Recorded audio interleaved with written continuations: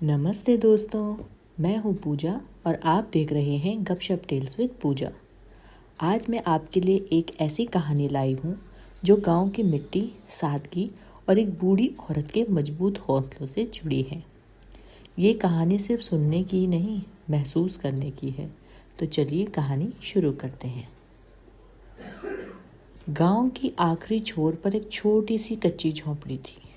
उसी झोंपड़ी में रहती थी दादी अम्मा। उम्र 80 पार कर चुकी थी। पीठ थोड़ी झुक गई थी, लेकिन आंखों में आज भी जिंदगी की चमक थी। सुबह होते ही सबसे पहले उनके आंगन से झाड़ू की आवाज़ आती थी, मानो पूरा गांव नींद से उठने का इशारा पा जाता हो। दादी अम्मा के पास न ज़्यादा पैसे थे, न कोई बड़ी ज़मीन। जो था वो था उनका दिल, बिल्कुल खुला और साफ। गांव के बच्चे उन्हें दादी कहकर बुलाते थे, क्योंकि उन्होंने कभी किसी को खाली हाथ नहीं लौटाया। कभी गुड़ की डली, कभी सूखी रोटी, तो कभी सिर्फ 2 प्यार के शब्द। उनका बेटा शहर चला गया था सालों पहले। शुरुआत में चिट्ठियाँ आती थी, फिर धीरे धीरे वो भी बंद हो गई। गांव वाले कहते थे बेचारी अकेली रह गई, लेकिन दादी अम्मा कभी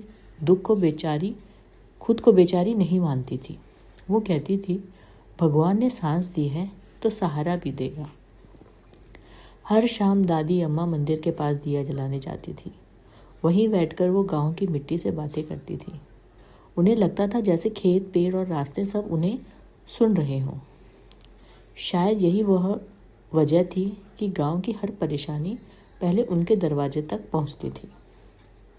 एक साल गांव में भयंकर सूखा पड़ा।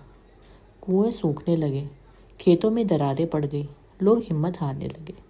उसी समय दादी अम्मा ने गांव वालों को इकट्ठा किया और बोली, मिट्टी माँ है, इसे छोड़ा नहीं जाता। उन्होंने सबको मिलकर एक पुराना तालाब साफ करने के लिए कहा। लोग हंसे, आपकी उम्र में भी उम्मीद बाकी है। दादी अम्मा मुस्कुराई और बोली, उम्मीद उम्र नहीं देखती।